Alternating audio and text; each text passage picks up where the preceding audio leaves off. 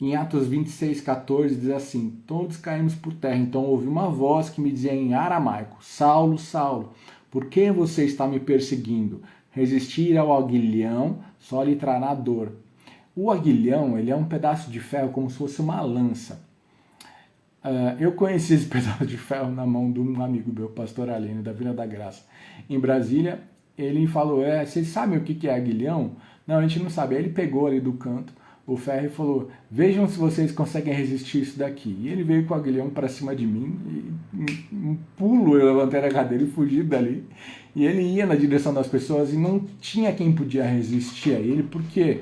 Porque o aguilhão é um ferro, é uma lança praticamente, né? E ele é feito para guiar animais. O animal está teimoso ali na fazenda, em algum momento daquela dinâmica ali. Então usa-se aquele ferro para ferir o animal e obrigar o animal para ir para um caminho que ele está resistindo de ir. Então o próprio Jesus está falando para o Paulo, você está sendo irracional, você está sendo bestial, você está se comportando como um touro teimoso, um cavalo teimoso, um burro empacado, ao resistir ao meu Espírito Santo. E quem era Paulo? Puxa, Paulo é o capitão da guarda pretoriana, um judeu exemplar, um cara perseguidor de Jesus, tido com autoestima pelo povo judeu da época, e foi designado para ser o cara que ia perseguir o legado de Jesus. Ele odiava tudo que se referia a Jesus e ele viajava até para fora de Jerusalém para poder cumprir essa sua missão de vida.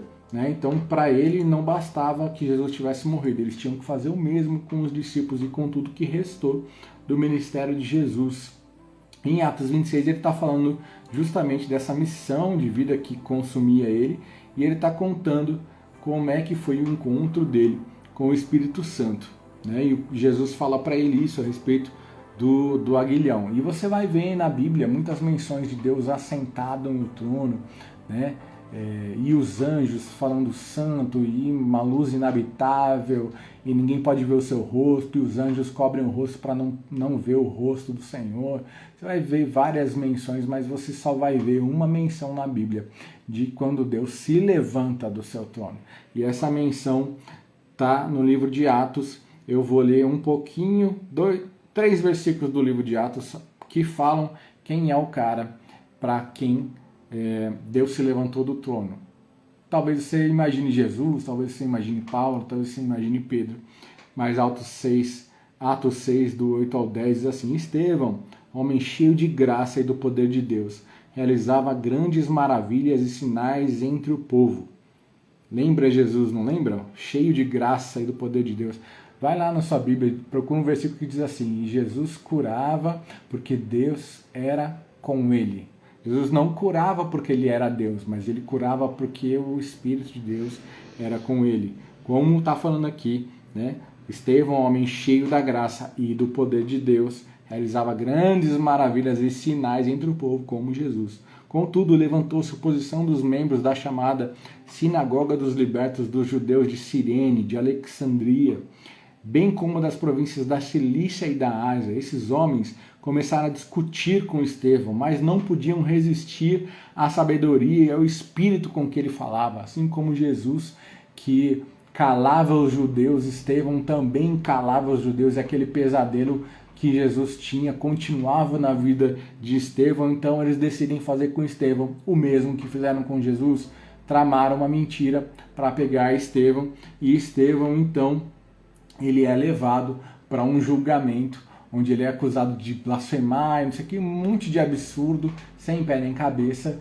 E é maravilhoso o que o texto diz a respeito de Estevão. Diz que o seu rosto brilhava como se fosse um anjo. E diz que ele começa, parafraseando, ele começa o discurso dele assim: graça e paz, meus pais e meus irmãos. Ou seja, graça e paz, eu não estou em guerra com vocês. Meus pais e meus irmãos, nós somos todos uma geração só, e nós estamos carregando as coisas das gerações passadas. Vocês são meus pais na fé, vocês estão carregando a promessa e eu estou recebendo isso através de vocês. Eu não estou em guerra com vocês. E ele discorre um discurso maravilhoso desde Abraão, em detalhes. Abraão morava na cidade tal, isso aqui, babá. Ele vai discorrendo e ele vai mostrando para Israel. Ele coloca o dedo na ferida e ele mostra o quanto Israel resiste em ouvir a voz profética do Espírito Santo. Né? Então, eles decidem matar Estevão. Quem é que mata Estevão? O mesmo Paulo.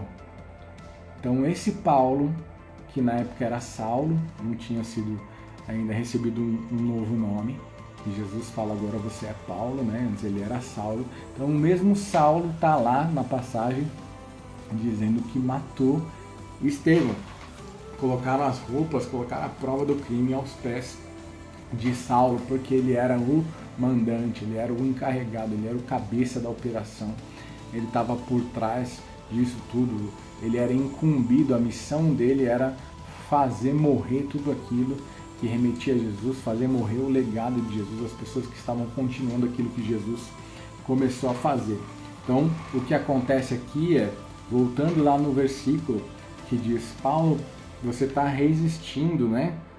Atos 26, 14, né? Por que você está me perseguindo? Resistir ao aguilhão só lhe trará dor. Ou seja, Paulo estava tendo contato com as mesmas verdades que os judeus, os fariseus tiveram. E assim como os fariseus fizeram, Paulo estava resistindo à voz do Espírito Santo. E a resistência à voz do Espírito Santo na vida de Jonas, na vida de Paulo, na vida de Sansão, causou prejuízos profundos, causou prejuízos inimagináveis. Não dá nem para perceber o prejuízo que aconteceu por causa dessa resistência à voz do Espírito Santo. Isso custou a vida de Sansão, isso custou muita coisa para Jonas, custou ele não desfrutar do melhor momento da amizade que ele tinha com Deus, custou a vida de Estevão. A resistência à voz do Espírito Santo na vida de Paulo faz com que Paulo mate um projeto maravilhoso na vida do cara que chama Estevão. Se você for ver quem é esse tal de Estevão, Estevão é um cara que foi levantado quando aconteceu uma situação na dinâmica da igreja, onde a distribuição de alimentos, essas coisas, estava confusa, e aí os discípulos, isso é uma coisa legal também, os discípulos falaram assim, olha, não convém que a gente se aparte do ministério da palavra para resolver isso, então vamos orar, vamos determinar um cara para cuidar disso.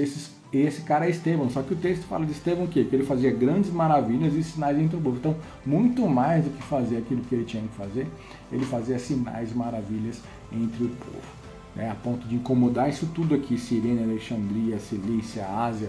O cara incomodou a geral. Né? Esse cara incomodou muita gente, por quê? Porque ele não resistia à voz do Espírito Santo.